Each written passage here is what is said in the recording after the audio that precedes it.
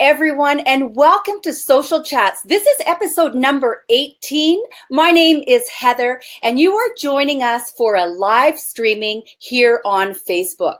So we have started, we being Catherine and myself, a video series that is going to play for a couple of months, helping you understand how to use video, what's important when it comes to video. And so we've drawn it out to a really nice series. I just wanted to say Social Chats is a show that Catherine and I have put together in order to help you, the business person, navigate your way through the ever-changing world of marketing, social media, and of course, the internet. We want to be your resource when you're feeling lost or just to help keep you online. So what does live Facebook streaming mean? It means that if you have questions for our guests today, you are welcome to write them directly in the comment section below, and we will get our guest, who is going to be Chris Strachan, to answer the questions. And if you're watching the replay, because we tend to get thousands of views after the show has completed, you are still welcome to ask your questions right there, and we will endeavor to get our guests to come back and answer those questions. On another note, Catherine and I are constantly going out every week, and we're looking for people that are killing it with their social media, with their branding, their marketing, with video, and we invite them to be on Social Chats in order to share with you how they're doing it. And this is how we source our guests every week. If you think you would be a wonderful addition to our show, we'd love to hear from you. And then again, if you would like to learn how to shoot your own live Facebook show, right now we're using a third-party app, and this is called BeLive TV. You can just reach out to Catherine and I, and we would be more than happy to hold your hand through the process. Now it is my pleasure to introduce today's guest on Social Chats. Chris Strachan has excelled in the startup community for well over 20 years. He founded Bulldog, which is an award-winning agency labeled by Apple as one of the top 10 new media companies in the world. He then went on to innovate a media management software solution company for the film and broadcast industry. Chris comes to us with a wealth of knowledge about video, and it is such a pleasure that he has agreed to be on the show today in order to help all of you out when it comes to utilizing video. And Chris, welcome to Social Chat. Thanks, Heather. Pleasure to be here. Excellent. Well, to get started, I thought that why don't we just say, why is video so important for businesses to grasp and start using today? So it really comes down to the compelling nature of video. It comes down to we live in a media culture now. It's been inherently part of our it's practically part of our DNA now. I mean, the kids growing up today grow up with it right from a very early age. There's almost nobody in the world that doesn't know about video. And one of the things that really got me thinking about this started to happen about 10 years ago as we started to do a lot of live television and a lot of studio broadcasts as part of a corporate strategy that we've been working on. And one of the things that we learned very quickly was everybody knows how to be a guest on a talk show. Now, when you think about that, there's a lot of people out there you can say, well, he's camera shy or she's camera shy or, she's not that great on camera or he's really good or whatever. But the one interesting thing was as soon as you put somebody into a talk show format, they know how to behave. They know how to talk properly. They tend to not stutter over their words. They're not looking at the camera anymore, but they're talking to an audience. And the reason for that is quite simply we've been trained. We know how to be a guest on a talk show. And so that got me thinking about the rest of it, which is if we're ending up getting most of our information, obviously from an entertainment standpoint in video, isn't it going to be most appropriate to start getting the information that we need on a corporate basis or B2B basis from video? And sure enough, I think we're starting to really see that that's the case. And if you are in whatever business you're in, if you're not thinking about how people are consuming video, where they're getting their information from, and you really need to learn how to be a part of that, how to make your business video savvy and how to start to think about utilizing video in some way. Which moves us to the phenomena that we're witnessing right now. In fact, a couple of years ago, I started to build a video platform. And when I saw what Facebook was doing, I kind of dropped my tools and said, this is amazing. Now everybody can actually be a broadcaster.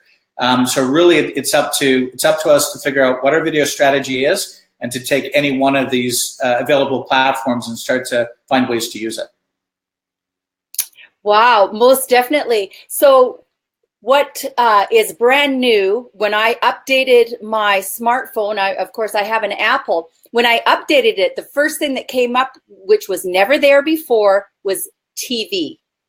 I clicked on it, and now there's TV channels on my Apple phone that I can choose to watch. Then I was listening to the World Series is coming up, and I couldn't believe, but YouTube is actually sponsoring the World Series. Right. And now we have Facebook live streaming, just like what you and I are doing.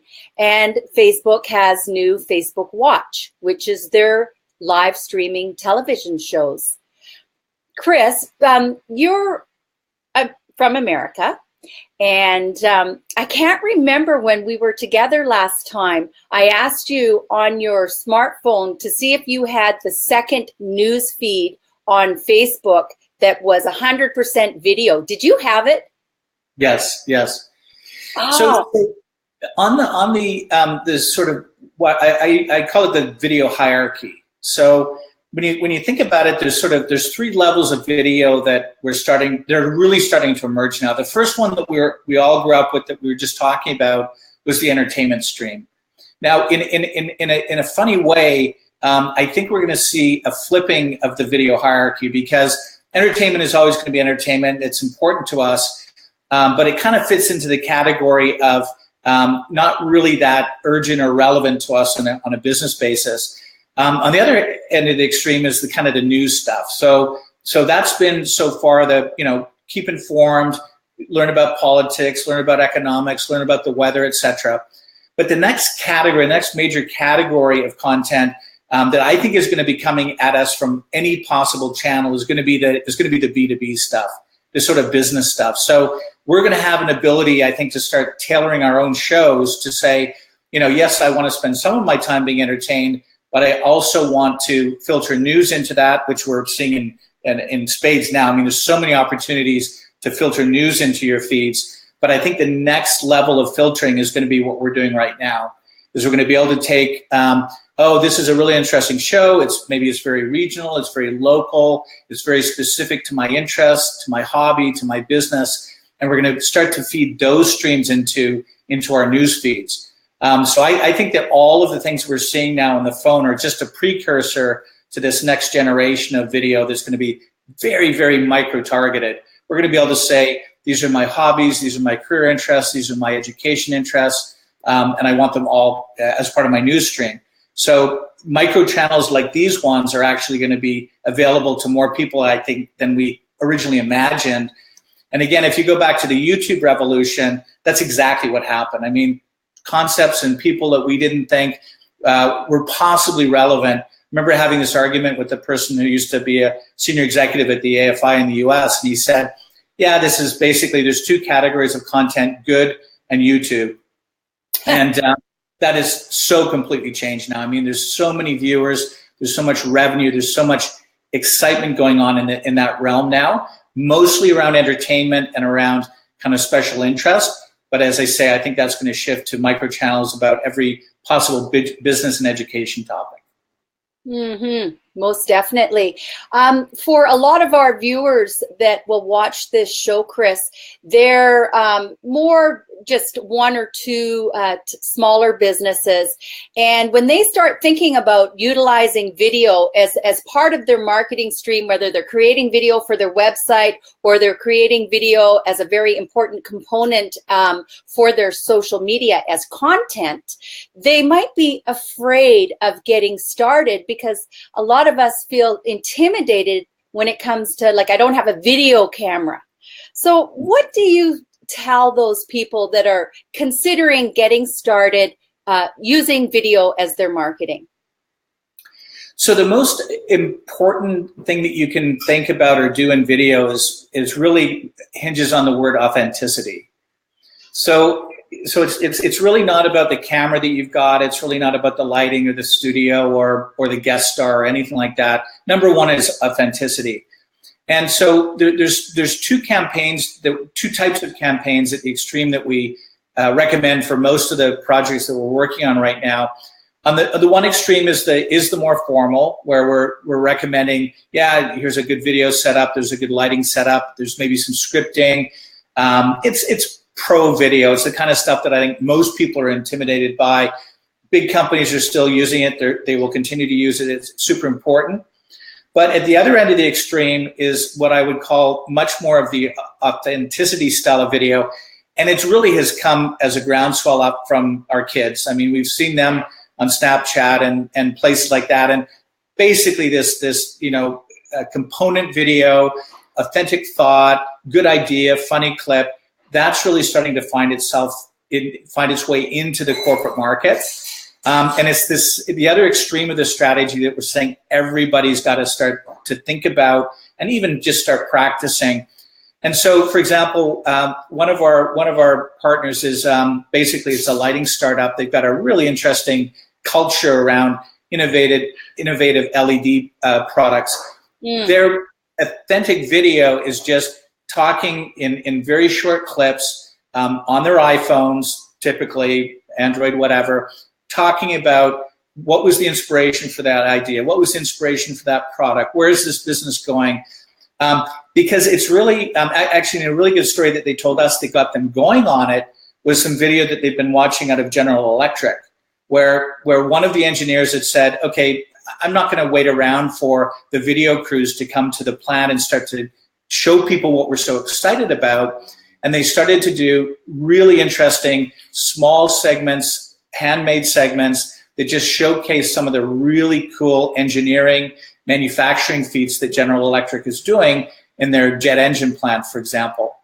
And so suddenly when you think about it, it's the connection between the buyer and the seller is going to be, is dramatically affected by really that kind of intimacy. So that person, that innovation, their thought process, if I'm the buyer of that product, that's going to be more motivating to me and more emotionally connected to me than an ad from GE showing on the television. So that style was proven actually very much very, very successful at General Electric in terms of millions of views and whatnot, all out of this simple idea that it's about the authenticity, not about the tools. So we say absolutely get that iPhone out. Start just talking about the things that get you up in the morning, that get you into work, that get you excited about what you're doing, the innovation that you heard about, the emotional story that you heard about, because that's the thing that will connect you to your customer, not production value per se. So just to reiterate what you just told us was you need to have your story. You need to know why you're shooting a video, and it needs to be real. It needs to be authentic, and kind of behind the scenes sometimes is a really good way to get started as well, no matter what your business is. What videos are the most popular right now? I heard food was a really big one, cooking shows. Real estate is always amazing to see on video. I mean, if you go to YouTube, I mean, it really is everything. I mean, it's so micro niche these days, and it's just getting more and more and more. I tend to gravitate less to the most popular and more to the niche. So yeah, if you're interested in food, absolutely. In fact, I was talking to my daughter the other day. She wants to take up video editing, and I said, "Oh, that's fantastic. Let me obviously we're going to buy a tool, buy an editing tool." I said, "Oh, let me get you into a course. Let me get you a tutor. Let me, that's how I learned. That's how you're going to learn." She goes, "Dad, get with it." I'm going to watch YouTube videos, and I'm going to learn everything I need to know. Are you kidding me? The people that are doing that now online, do you think that they ever went to a course? So that's kind of, I think, one of the big groundswells in video now is really how to, and it happens almost every day in my world too, because we're constantly talking about innovative marketing techniques and new tool sets and whatnot. And I'm constantly amazed by the number of people that haven't figured out the simplest things, like just Google it. If it's a question, an idea, just Google it. And there's probably a video on it, and you'll probably in 10 minutes, that complete mystery about how to do something, or is probably going to be lifted, and you're probably going to say, that was a lot easier than I thought it would be. Yeah, that's interesting how you have used YouTube in this example, because with I don't know, I think it's something like 15 billion videos are being consumed every day. But on YouTube, the number is much smaller. It's between 4 and 5 billion. And that's because YouTube videos are much longer. You used 10 minutes or so because they're how-to videos, and they take time to show people how to do something. Whereas, for example, Facebook, their videos are captured as a view in 3 seconds. So you get 8 to 9 billion videos being watched on Facebook every day, but the viewing time is so much shorter. I think it's a really good point. And one of the things that we've been playing with a lot these days is exactly that ratio. I think it's every a different tool for every job kind of thing. And one of the things that we've kind of stumbled upon, it's not a big surprise, I'm sure, but we tend to focus to basically get conversion, get audience. We tend to focus on 30 to 45 seconds. It's really the length of time that somebody has to decide that the thing that you're talking about is going to be interesting to them. They say the first 3 seconds is the most important. The person's going to make a decision about whether they're going to continue, yes or no. And we've seen that, the skip ad button on in the YouTube and other places like that. You do occasionally not skip it because they do grab your interest in that first 3 seconds. So I would say, focus on the first 3 seconds, get the message out, make it really clear what you're going to talk about. Use a format of 30 to 45 seconds to basically be the thing to get people into what you're trying to communicate, and then link it back to something longer form if it's appropriate. We just recently did a campaign where we have longer form content, like about a 5 to 12 minute interview style format. We changed it up this year, and we basically, for every one of them, we've done about 5 to 8 30 to 45 second highlight clips, and that's the first and only thing you'll see when it's marketed. In fact, actually, if you're an RBC customer, you'll see it on the sign up page now on RBC. 30 to 45 seconds. That's it. And we got basically in the test campaign of the 200 page views, we got a 60% sign up rate to the show, which is really, really high. And we think it's exclusively because, we capture people's interest in that 30 to 45 seconds. So yes, absolutely. I think you've got to play with all forms. I think long form there's still a place for it, but it's for a much, much smaller percentage of the audience. And you shouldn't be excluding the people that might get your message in a few seconds, might get your message in 30 or 45 seconds. It's still a really good branding exercise. It's a good way to get audience. But basically, play with the whole spectrum. Mm-hmm. And then always have your call to action involved as well. Yeah. So when it comes to using our smartphones, I mean, some of these phones are $800 and they have incredible cameras. Is there any equipment that you would recommend that people could make things a little bit better by going out and purchasing? Yeah, actually, so on the smartphone, I do think it's one of the best places to get started. There's so much that you can do. The camera technology is remarkably sophisticated. In fact, a friend of mine is the person who was running the camera the camera technology at Apple, and we had this discussion starting almost 10 years ago. And his only job in life was finding ways to make a smartphone camera perform like a 35 millimeter camera. And of course, I remember talking to him 8 years ago, and I'm like, it's impossible. I'm a hobbyist. I have Canon cameras and Canon glass, and it's just impossible. You'll never do it. And they've completely blown that myth away. What they're doing is they're replacing using electronics, I should say, to replace optics, essentially. And you know, I can't emphasize how dramatically surprising, and especially this new release of camera is, that they're able to actually take the available lighting from a scene and make it into a studio lighting. So stay tuned to that. It means that you have to do less and less and less and less with the environment to make it into a studio environment. Having said that, I would say the next thing after a smartphone with maybe a nice little tripod to make it stable is definitely lighting. And if you notice the difference, Heather's got a nice little softbox that she's got lighting her up, and she looks fabulous. I don't, because I'm actually in my house in Vancouver right now. My studio lighting is all down in my office in California.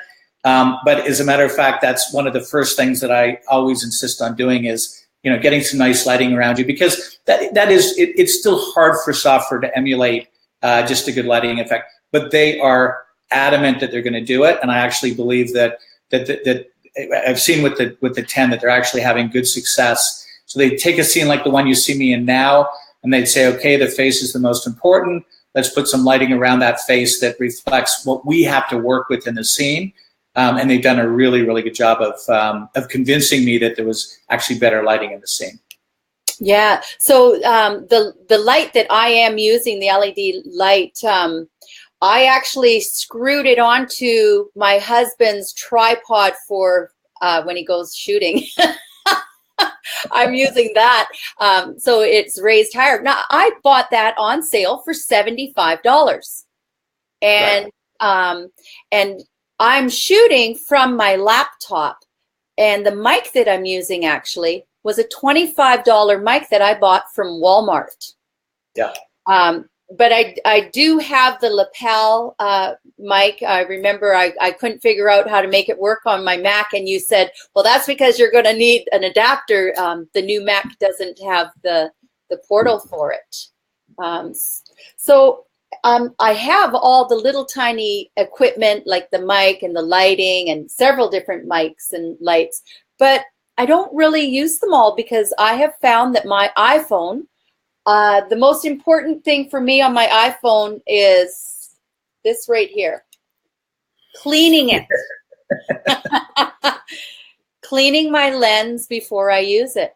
Do you have any little tips, Chris, that you like to give people when they're about to start shooting a video? So probably, I mean, you said it earlier, Heather, I think it really comes down to intent. So the first thing before we talk about any equipment is just really come up with a clear statement of intent. And the most important one I think that you can figure out or decide on is the why. Like, why am I here?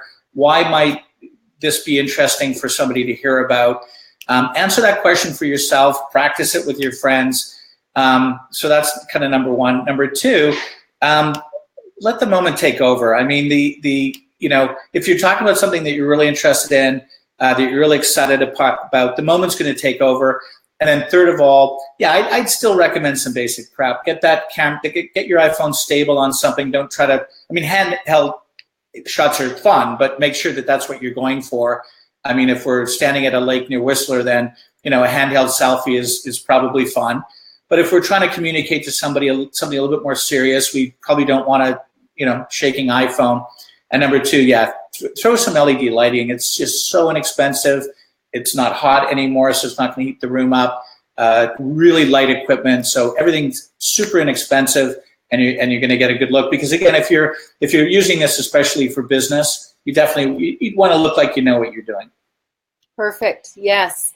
Thank you very much. And through our video series, we're going to have we're going to talk more about equipment. We're going to talk more about video scripts, how long. We're going to talk about editing. We'll go through all kinds of other scenarios as well. But Chris, I have another question for you. I have been watching and waiting. I think at the end of this month, the new iPhone 8 is coming out. And then in November, the iPhone X, of course, that stands for 10, at a US price of $1,000. What do you think? Well, if you're, I mean, you know, some people I know are still on the 6, and, you know, because it really depends what you're using it for. I mean, if you care about video, absolutely. I think it's killer. I mean, what can you do with $1,000 on the camera side of things? You can actually do a really great. I mean, you can get a Sony body now on the camera side if you really just want high quality video. But to have something in your pocket that you can just pull out any time of the day or night, and as I say, I think they've figured out how to electronically emulate studio lighting. They understand what a face is. They understand how to enhance it. So yeah, if you're planning to use it for your business, then absolutely, I think it's a really good investment. Perfect. And I always like to ask our guests and then to put in the comment section how they can get a hold of you if they are interested in speaking with you privately. So I will endeavor to get a contact information from you, Chris, and put it into the comment section below, and perhaps add your new company website as well. Did you want to tell us a little bit about that? Sure. The company that I've started a couple years ago is called Silicon Valley Growth Agency. You can get me at Strachan, and again, Heather will throw it in the comment section, Strachan@svgagency.com.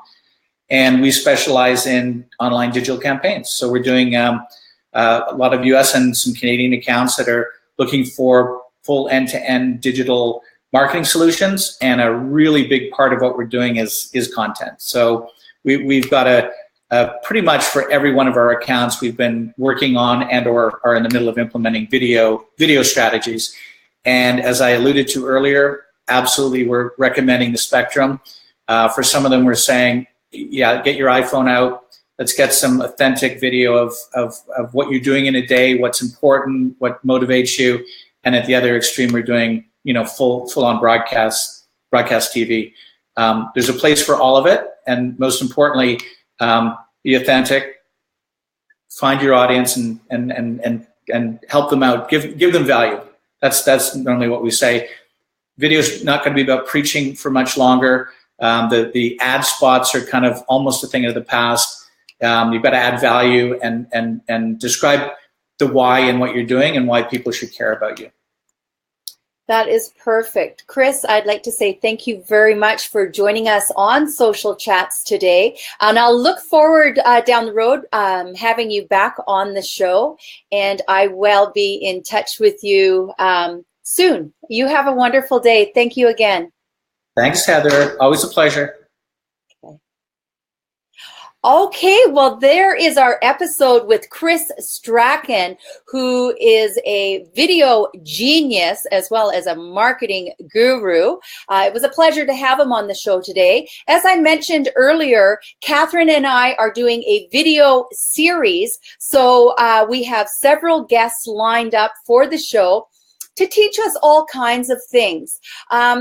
I always say when we're teaching, I look at my classroom and I say there's 14 billion videos being watched every day on the internet. My question to you is, are any of them yours?